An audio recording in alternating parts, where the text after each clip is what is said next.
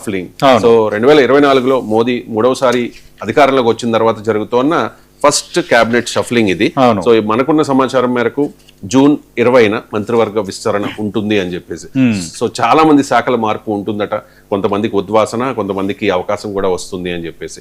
ఖచ్చితంగా భారీ మార్పులు ఉంటాయని అంటూ ఉన్నారు. ముఖ్యంగా మనం తెలుగు రాష్ట్రాల మీద ఫోకస్ చేస్తే ఇద్దరు కీలకమైన నాయకుల గురించి పెద్ద ఎత్తున చర్చ జరుగుతోంది. ఒకటి బండి సంజయ్, రెండు రామ్మోహన్ నాయుడు.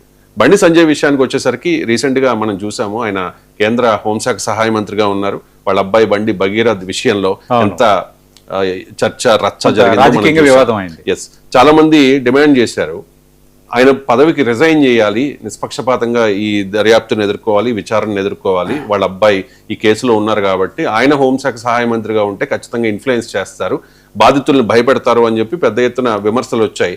బట్ ఆ కేసుకు నాకు సంబంధం లేదు, ఇది వ్యక్తిగతమైన విషయము అని చెప్పి ఆయన ఖండించారు. రామచంద్రరావు గారు కూడా చాలా స్పష్టంగా చెప్పారు, సతీష్ గారు, ఇది ఆయన వ్యక్తిగతమైన వ్యవహారం, కుటుంబ వ్యవహారం, ఎట్టి పరిస్థితుల్లోనూ పార్టీకి సంబంధం లేదు అని చెప్పేసి. మరి చూడాలి, బండి సంజయ్ పేరు ప్రముఖంగా వినిపిస్తోంది.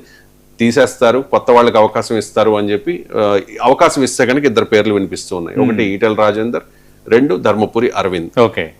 నెక్స్ట్ ఆంధ్రప్రదేశ్ గురించి మాట్లాడుకుందాం.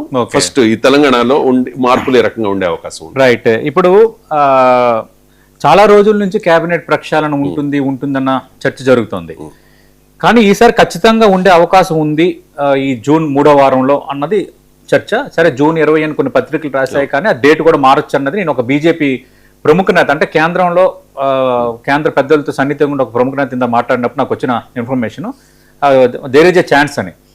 అయితే క్యాబినెట్ రీషఫిల్ అనేది యాక్చువల్గా జూలై మొదటి వారంలో ఇప్పుడు పెట్టుకుందాం అనుకున్నారు.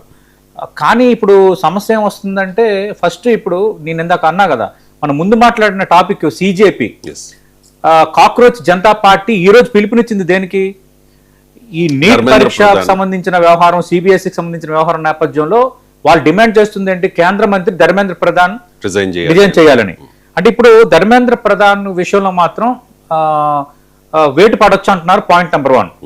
రెండోది, ధర్మేంద్ర ప్రధాన్ చాలా కీలకమైన వ్యక్తి, భారతీయ జనతా పార్టీ సంస్థాగతంగా ఒడిశాకి సంబంధించిన కీలక నేత కాబట్టి అయితే వేటు ఉంటుంది, లేదంటే రీషఫిల్ చేసి వేరే శాఖకు మార్చొచ్చు, దెర్ ఈస్ అ పాసిబిలిటీ ఉంది.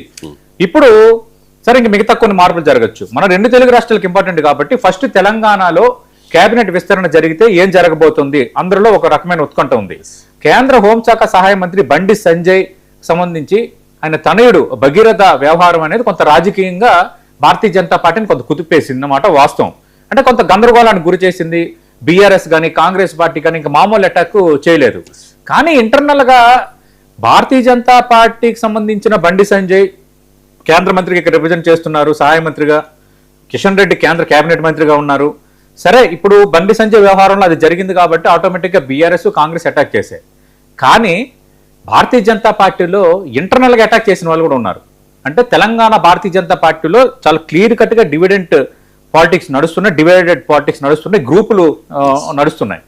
ఇక్కడ చర్చ ఏమి జరుగుతుంది బలంగా? ఎప్పుడైతే బండి సంజయ్ ఈ వ్యవహారం జరిగింది కాబట్టి ఖచ్చితంగా బండి సంజయ్పై వేడిపడే అవకాశం ఉంది. ఎందుకంటే ఇది కొంత భారతీయ జనతా పార్టీకి సమాధానం చెప్పుకోవాల్సిన పరిస్థితి కల్పించింది అన్నది ఒక చర్చ జరుగుతోంది.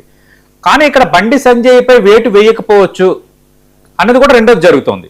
ఎందుకంటే ఇక్కడ భారతీయ జనతా పార్టీలో చాలా మంది నేతలు ఉన్నారు, కానీ బండి సంజయ్ అనే వ్యక్తి ఒక క్రౌడ్ పుల్లర్, ఒక మాస్ లీడర్.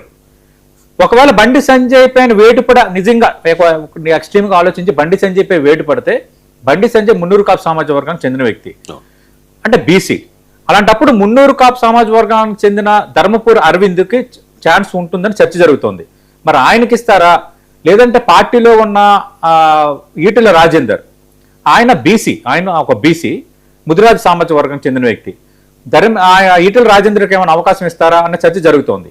కానీ ఇక్కడ ఏమైపోయిందంటే, ఇంటర్నల్ గా భారతీయ జనతా పార్టీలు ఈటెల రాజేందర్ వర్సెస్ బండి సంజయ్ అన్నట్టుగా కొంత ఇన్సిడెంట్ జరిగిన తర్వాత సోషల్ మీడియా బాగా జరిగింది, కోల్డ్ వార్ జరిగింది. దీన్ని ఈటెల రాజేందర్ వర్గమే ఎక్కువగా ప్రొవోక్ చేస్తోంది సోషల్ మీడియాలో అంటూ ఒక రకమైన చర్చ జరిగింది, కొందరు ఆరోపించారు. బట్ ఈటెల రాజేందర్ దాన్నేమి రూఢిపరచలేదు, ఆయన అది ఖండించారు. కానీ భారతీయ జనతా పార్టీలో కానీ బయట పొలిటికల్ సర్కిల్స్ లో ఈ చర్చ బాగా ఉంది, ఈటెల వర్సెస్ బండి అని. ఇక్కడ రెండు కారణాలు ఉన్నాయి.